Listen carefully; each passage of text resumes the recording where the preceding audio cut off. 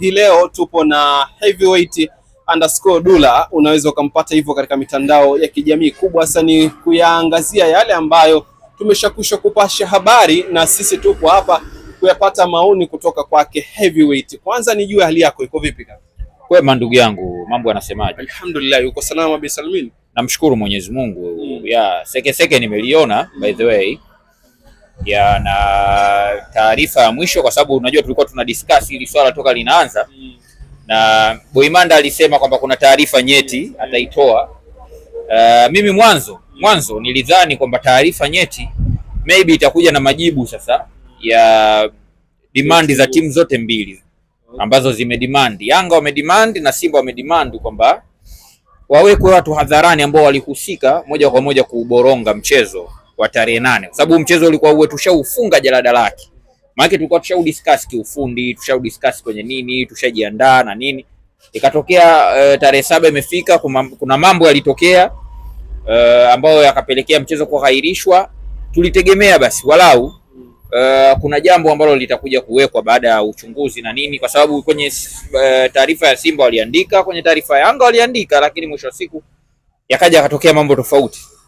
Kaona kwanza tarehe kusogezwa wakati kuna notice. Nafikiri nilikwambia kwamba baada ya taarifa ya Simba kusema kwamba hawatambui tarehe tofauti na 15, nikakwambia tayari kuna dalili washaziona Simba kwamba kuna uwezekano tarehe kusogezwa, na walikuwa sahihi na kweli tarehe imesogezwa mbele. Lakini kubwa zaidi ni kutuma barua kujiuzuru kwa mwenyekiti wa bodi ya ligi Steven Mguto, lakini kusimamishwa kwa Almas Kasongo ambaye ndio mtendaji mkuu. Of course hili ndo taarifa ambayo imeni surprise, lakini vile vile nafikiri tunakubaliana kwamba ilikuwa ni matakwa ya Yanga ambayo waliyaweka kwenye kipengele chao, ingawa hawakuandika mwenyekiti wa bodi ya ligi, waliandika mtendaji mkuu wa bodi ya ligi, lakini vile vile mtendaji mkuu katibu mkuu wa TFF ambao ni Wilfred Kidao ndio aweze kujiuzuru. Kwa hiyo kwa upande wa Mguto kwangu imekuwa kama surprise, lakini by the way kuna vitu vingi sana nimeweza kujifunza kwenye hili sakata. Heavyweight, katika hivyo ambavyo umejifunza, mimi nitataka utuambie mwisho kabisa nini ambacho umejifunza kutokana na hili sakata ambalo limetokea. Lakini midahalo ambayo niliiona inachapishwa katika mitandao mbalimbali ya kijamii ni kuhusiana na mpira kushinda. Neno mpira kushinda, ili kwako unalitafsirije? Ni kweli unauona mpira umeshinda kwa hiki ambacho kimetendeka kimaamuzi hadi kufikia hatua hii ambayo tupo kwa hivi sasa? Kila mmoja amekubaliana na yale ambayo yametoka kama maagizo ya uongozi, kwa maana ya mamlaka yenyewe, bodi ya ligi pamoja na TFF. Unajua kwenye hili swala la mpira kushinda ndo hasa ambacho kimenishangaza. Umeelewa? Kwa asilimia kubwa naona wadau wengi ambao walikuwa wanaliongelea hili sakata wamegusia kwamba mpira umeshinda. Sasa mimi kwa upande wangu sielewi, kwa sababu unajua aidha ni kwa kujua au kutokujua. Inawezekana kuna mtu anazungumza hivyo akiwa hajui kwa nini anasema hivyo, lakini kuna mwingine anajua lakini maybe kuna kitu kimemsukuma kuzungumza hivyo. Mimi sitaki kuzungumzia sana hilo, lakini kwa sababu umeniuliza mimi maoni yangu, au sio? Naweza nikasema tuje direct kwenye point, ni kwamba mpira ili uweze kushinda, unaelewa, maana yake kulikuwa tunaambiwa kwamba Yanga anapigania maslahi ya mpira. Mpira ili uweze kushinda, kinachotakiwa kuja kuamua migogoro, unaelewa, ni mamlaka ambazo zinahusika na soka moja kwa moja au zinahusika na michezo, sio? Unaelewa, mamlaka tofauti na hiyo haiwezi ikafanya jambo lionekane mpira umeshinda, kwa sababu ingetokea hili sakata limerudi kasi, automatically Yanga wasingeshinda, sio? Unanielewa, yani lingerudi kasi, Yanga wasingeshinda. Kwa hiyo kwa upande wangu naweza nikasema mimi siwezi nikasema kwamba eti mpira umeshinda, kwa sababu kilichoamua si mamlaka ya mpira wala si mamlaka ya kimichezo, yani sio mahakama ya usuluhishi ya michezo kasi. Kwa hiyo as long as sio wenye jukumu au wenye mandate ya kuweza kufanya hii, kwa hiyo uamuzi ni kama busara tu vile vile imetumika. Hakuna kanuni ya moja kwa moja inayosema kwamba ili jambo lifanyike. Na by the way, kama leo hii tunaenda tofauti au tunaenda against na mambo ambayo FIFA wamekuwa wakiyapiga vita, Sawa, yani mtu kabisa ni mdau wa mpira ambaye yeye ndo alikuwa anatakiwa awavumbue mashabiki wa kawaida kwamba hili swala kimpira halijakaa sawa. Yeye ndo anakuja anatoka hadharani anajisifu, anatoa maandiko ndio mpira umeshinda na nini na nini, wakati anajua kwamba ukweli wa mambo ni kwamba wenye mandate au wenye mamlaka ya kuamua matatizo yote ya kimigogoro ya kimichezo ni nani kwenye soka. Na wenye umesikia, of course wanajua, usiwatajie. Mimi najaribu tu kuzungumza, umeelewa kwamba mdau anatoka anajua kabisa kwamba wenye mamlaka ni nani, kitu ambacho FIFA wanakipigania, wanakipiga vita, umeelewa, kwa asilimia kubwa sana kinajulikana, kitu ambacho huku ndo tunakishadadia, tunasema mpira umeshinda. Sasa tunarudi kwenye point. Hivi leo mfano umuulize mtu kama Lemuel Joshua, umuulize mtu kama Mickey Junior, umuulize mtu kama Ibrahim Kamara, sijui Nuhu Adams nani, hii sakata ambayo limetokea hapa, akaangalia kwa picha yake na nini, angesema mpira umeshinda? Zaidi tungekuwa tunajikaribisha kwenye matukio ya hatari ya kupoteza hata hii soka letu ambayo tunajivunia. Umeelewa? Mpira umeshinda vipi? Mamlaka ambazo zinatakiwa kusimamia mpira ndo zilitakiwa zimalize swala la kimpira, sio influence nyingine tofauti. Kwa hiyo sasa ukija kwenye swala la kujiuzuru kwa Mguto sijui na Almas Kasongo, nitasema hata mimi ningekuwa kwenye uongozi wa bodi ya ligi au ningekuwa kwenye uongozi wa TFF ningejiuzuru. Kwa nini? Si ndio? Watu wangetaka kujua hapo kwa nini. Kwa nini? Ni very simple, kwa sababu shirikisho la mpira wa miguu ndio linatakiwa lina maamuzi ya mwisho kuhusiana na nini ambacho kinafanyika kwenye swala la soka ndani ya mamlaka zake. Sasa ikitokea kuna shirikisho linakuwa kama kivuli kwenye mamlaka nyingine, mimi ninakuwa sina kazi, kwa sababu nitakuwa siendi na matakwa ya FIFA wanayotaka, naenda against na matakwa ya FIFA. Sasa sistahili tena kuwepo kwenye kiti, anabidi aje mtu ambaye atakubali kukaa kwenye kivuli cha mamlaka ya juu zaidi, ambacho si jambo la halali kisheria. Kwa sasa mpira umeshinda kivipi?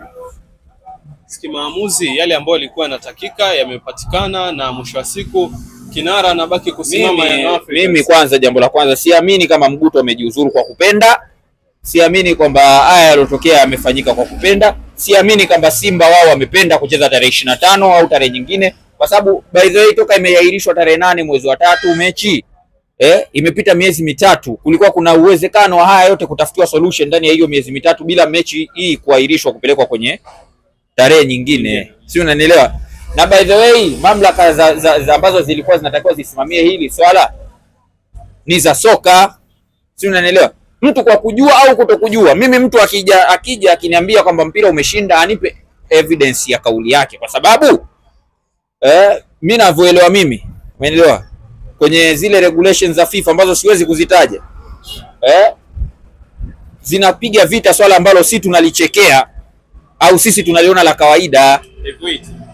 Kwa jinsi ambavyo umezungumza hiyo influence ambayo imetoka nje na mamlaka za mpira, auone ilitazama kwa mapana kutokana na kauli ambazo zilikuwa zikizungumzwa na wana Young Africans kupitia afisa habari na viongozi mbalimbali kuwa hawachezi, na hata kwenda mbali zaidi watatuona sisi ni akina nani kama watatukata alama, ndio zimepelekea watu wa nje ya mpira kuja kuongeza ushawishi ili wakubaliane na kile ambacho kilikuwa kikijadiliwa kwa muda mrefu. Of course kwa mantiki hiyo ni kwamba kweli yale maneno yalikuwa yana kiburi na jeuri ndani yake, na kwa sababu maneno haya yalikuwa na kiburi na jeuri ndani yake na yanatoka moja kwa moja kwenye uongozi wa club, automatically haya mambo nilishajibu nikakwambia kuna influence ya nyuma, kuna kitu nyuma. Jeuri huwa inakuja na jambo nyuma. Of course nilisema mashabiki, lakini kuna jambo kubwa zaidi ambalo linafanya waweze kuamua chochote wanachojisikia kuamua, kwa sababu by the way kama ndo hivi hata aje kiongozi gani kwenye bodi ya ligi ataendelea kuwa chini ya hicho kivuli ambacho kimewaondoa Mguto pamoja na Almas Kasongo, ataendelea kuwa hivyo hivyo. Yani hata aje nani, umeelewa, labda aje kiongozi wa bodi, labda atoke Ujerumani huko, labda, unaelewa. Kwa hiyo mwisho wa siku utasema kwamba atakuja nani, sababu alotakiwa kusolve ile tatizo nani?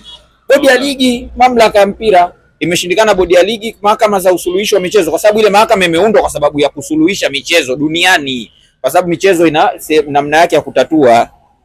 Sasa kwa nini jambo lisiende huko likaendelezwa, muendelezo wake ukawa huko, mamlaka ikatoa go ahead ya jambo likasolviwa kule? Kulikuwa kunashindikana nini? Kwa hiyo mimi ukiniambia mpira umeshinda na kataa, mpira huwezi kushinda kwa staili hiyo.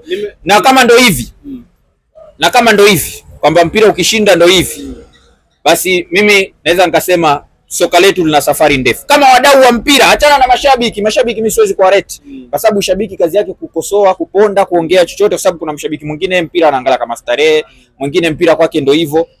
Mimi naongelea mtu ambaye anaaminiwa kwenda kuongea kwenye chombo cha habari, anakuambia mpira umeshinda eti kwa sababu TFF ipo chini ya mamlaka nyingine, jambo ambalo kisheria za FIFA si sahihi. Unawaaminisha watu mpira umeshinda. Mpira unashinda, utakuwa uende kwenye mamlaka zake za mpira. Tuone nani alikuwa na haki. Sababu silishai kwenda likarudi tena. Pale ndo tulitakuwa tuanzishe discussion. Sasa mamlaka mpira ilivyoamua mamlaka za kusuluhisha michezo, tukaona haijashinda mpira.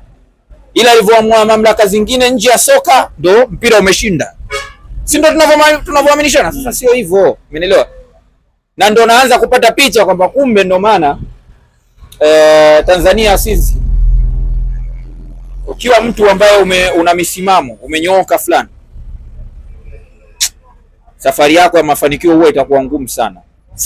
Emrudia kwa utulivu hiyo kauli unaoizungumza, yani, Tanzania kuelewa. Of course sio tu kwenye mpira, sababu kwenye mpira kuna watu wamenyooka, wanapigwa vita na nini. Kwenye jambo lolote hapa nchini kwetu, ukiwa umenyooka na unazungumza kitu ambacho ni kweli, real fact na kipo, of course njia yako ya mafanikio itakuwa ngumu sana na utapigwa vita nyingi mno. Kwa sababu sisi majority ya wale ambao wanapaswa kuwazindua watu fikra, wanaamua kuwapitisha kwenye fikra zingine. Umeelewa? Na ni rahisi sana mtu kumuuliza swali hili akakujibu katika correct way, lakini mtu huyo unaweza kumuuliza swali hilo katika mazingira tofauti akakujibu in a wrong way. Sawa Umeelewa? Unaelewa vizuri. Mtu kimuuliza governing body ya mpira ni nini, atakwambia FIFA.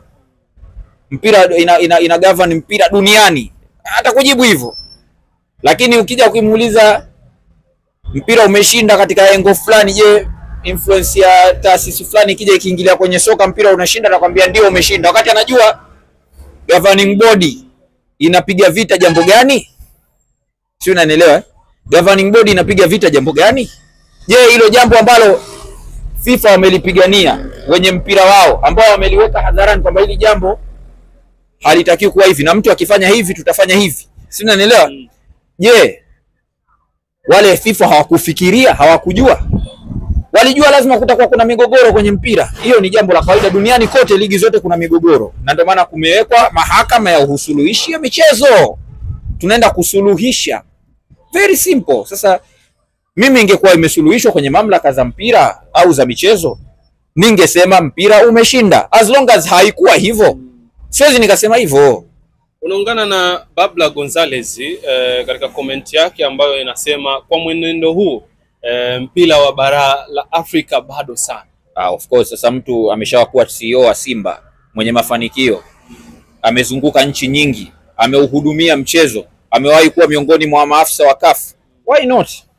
Manake kashaziona changamoto nyingi, kaona mambo mengi yanayoendelea kwenye soka letu, wadau ambao tuko nao, vitu wanavyosupport. Sio, unaelewa? Mtu anaenda anaandika andiko refu, anajisifu kabisa kwamba unajua mimi nilikuwa nasema sio na nini na nini. Kuna watu wanasema Jumatatu inachelewa kwenye vipindi, wanachekelea wakati wanajua ukweli. Umeelewa? Sasa mwisho wa siku ni nini? Mwisho wa siku ni nini? Tunataka tuambie wadau ukweli kwamba mpira hauendeshwi hivyo. Sisi tunauharibu, sio kuutengeneza. Mpira hujashinda, tunauharibu mpira. Sasa labda nimalizie hivi. Jambo lilotokea, tunauharibu mpira kwa sababu hili jambo liko against na FIFA. Usimalize hivyo. Bado hujatuambia nini ulichojifunza, kwa sababu tulisema tutaweka mwishoni. Sasa tunataka Heavyweight atuambie kajifunza nini kutoka kwenye sakata lililoanza jioni ya tarehe 7 mpaka kufikia tamati siku ya tarehe 13. Yes, hili ndo sehemu muhimu zaidi. Kwa upande wangu, kwanza nilichojifunza, jambo la kwanza kabisa ni kwamba shirikisho la soka la mpira wa miguu Tanzania TFF pamoja na TPLB, manake Tanzanian Premier League Board au bodi ya ligi kuu Tanzania bara, haina nguvu dhidi ya Simba na Yanga. Haina nguvu. Kwa sababu kama mmoja wa hivi vilabu alifanya kosa kubwa zaidi kikanuni ambalo matekelezo ya adhabu yake ni kubwa sana, aidha kushushwa daraja na vitu ambavyo vinafanana na hivyo, basi hiyo hukumu haitokuja kutokea milele kwenye soka la Tanzania, milele kwenye soka la Tanzania. Hilo nimejifunza. Jambo la pili nilojifunza ni mpira wetu unajengwa zaidi na agendas na siasa za nje kuliko uhalisia wa nini ambacho mpira unahitaji duniani. Si unanielewa? Yaani ni rahisi sana mchambuzi wa Tanzania kuzungumza kitu katika engo A dhidi ya mpira wa Tanzania na kitu kile kile akakizungumza engo C katika mpira wa Ulaya. Si unanielewa? Na labda nikupe mfano. Jambo kama hili lingetokea kwa mfano labda tuseme Uganda. Sawa? Labda Uganda. hawa ambao wanasema hivi leo. Sawa? Wangepiga kelele katika engo nyingine. Tofauti na hii ambao wanaizungumzia hapa. Kwa hiyo ni kitu ambacho alafu kingine nilichogundua, asilimia kubwa ya wadau wa mpira Tanzania pamoja na mashabiki si walaumu sana, lakini wanafuata mkumbo bila ya kupembua. Yani of course, yani anacholishwa, yani anapokea, yani hana ile muda wa kukaa aseme ngoja nifikirie hichi kitu, je ni kweli? Na as long as huyu kasema, hana ule muda wa kuumiza kichwa. Yani basi fulani kasema, basi yani kashakuwa kama kichwa nazi. Sasa fulani amesema, yani wewe mwambie tu fulani amesema, fulani amesema, yani haelewi, yani hata utampiga makonzi fulani kasema, na uwe fulani mwenyewe sasa hanyooki. Kwa hiyo maana ana affect majority ya watu ambao wanamsikiliza. Kwa hiyo hicho kitu pia nimejifunza. Lakini jambo jingine nimejifunza, soka letu lina vita nyingi. Sio tu usajili kikosi kizuri, sio tu usajili labda uwe na bodi safu nzuri ya uongozi, bodi ya wakurugenzi, sijui na nini. Sio hivyo tu peke yake, au kuandaa timu kwa ajili ya ushindani peke yake. Pia kuna vita zingine za nje ya uwanja. Si unanielewa? Unatakiwa uwe na tagi kubwa, maneno ya mtaani tagi. Yani tagi ni rundo kubwa la watu nje ya mpira pia. Unatakiwa uwe na vyombo vya habari vingi uviweke hapa, au labda sijui unajua mwenye kama unavilipa, kama unaviahidi, kama una nini na nini. Hivyo na nafikiri muda mwingine pia inachangiwa na maisha yetu. Unajua sisi wa Tanzania kidogo changamoto za hapa na hapa. Kwa hiyo ukipewa biriani ngamia kidogo, ajenda zile uzisukume, bwana tuseme hivi, tufanye hivi. Basi hiyo pia unatakiwa ujiandae nje ya uwanja, uteke mitandao kwa njia yoyote unayojua wewe. Teka mitandao kwa njia yoyote unayojua wewe. Pia mpira wetu uko hivyo. Na pia jambo la mwisho ambalo nimejifunza, hauhitaji mtu alionyoka. Kwa kwa mtu alionyoka lazima utaonekana ufai. Kwa hiyo kwa upande wangu mimi tena siwezi nika comment zaidi, lakini yalotokea yameshatokea. Lakini kwa upande wangu naendelea kusema kwamba mpira haujashinda, ila suluhu ya lazima imepatikana. Jarida la Dabi tunalifunga hii leo Juni 14, siku moja tofauti na ile ambayo ilipangwa na bodi ya ligi kwa mara ya kwanza iwe Juni 15. Sasa tutaenda kwenye 25. Mengineyo yatakuwa ni ya kiufundi zaidi kutoka kwa Heavyweight_Dulla. Una lolote la kumalizia tofauti na hilo la mwisho ulizungumza? Hapana. Umemaliza kabisa? Shamaliza. Kabisa umefunga ukurasa? Shamaliza. Kabisa. Bana mimi nikushukuru sana. Langu jina Jafet Mpango, mwenzangu kwa upande wa kamera ni Augusto Tabi. Asalamu alaykum.